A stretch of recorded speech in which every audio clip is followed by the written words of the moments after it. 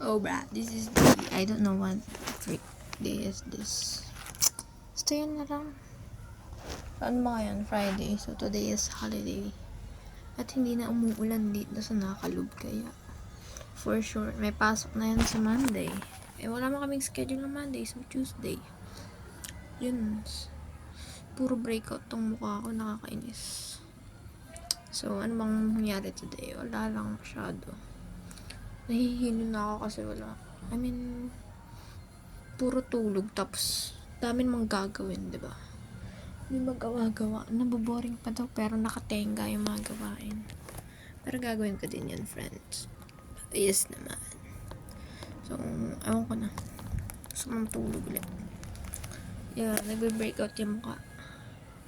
Grabe, hindi na nawala ang ano yun. So, ikli lang to na naman. Kasi, ano ba yun, nakakatamad na tong magganto-ganto sa totoo lang. Ano ba tong sinimulan mo, visit ka? Ngayon lang, friends. Bye. Ano ba? Ano sabihin? Wala naman lang.